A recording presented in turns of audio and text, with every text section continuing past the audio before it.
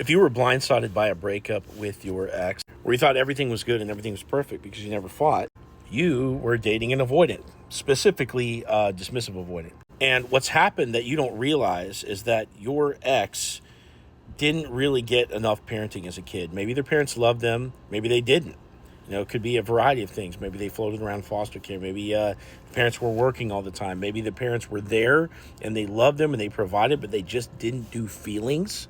But your ex has some real hangups about emotional intimacy.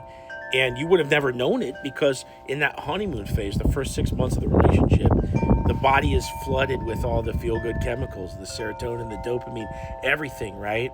And they're just eating it up. They're eating it up because they have a black hole, a need for validation and love because they didn't get it as a kid, right? So they're just eating up your relationship. But once all that tends to wear off, and now they're back down to reality, right? They were on the high and they've come down off of the high. Reality is that relationships take work. They require communication and they require conflict resolution. And those are not skills that they're very good at because they didn't have hands-on parenting when they were a kid.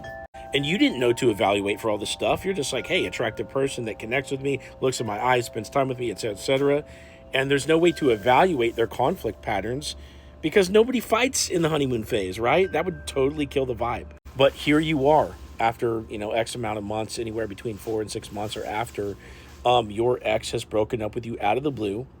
They kept their issues to themselves. They didn't tell you, pull you aside to have talks with you. So all of these issues built up. And they might have broken up with you for that reason. They might have broke up with you because of a specific fight that you had for the first time or something like that. They might have broken up with you out of a fear of commitment. You guys were about to take things to the next level, get engaged, move in, whatever. Or they probably had some kind of life incident happen, like grandma died or work. They had a change of positions at work and they got really stressed out or something like that. But all of these factors played into the fact that they have a very low bandwidth for emotionality. And for you as that partner, you require an energy expense emotionally. And that is the part that they doubt their ability to give. And that's why they tell you they don't know if they can give you what you need or they need to work on themselves, etc.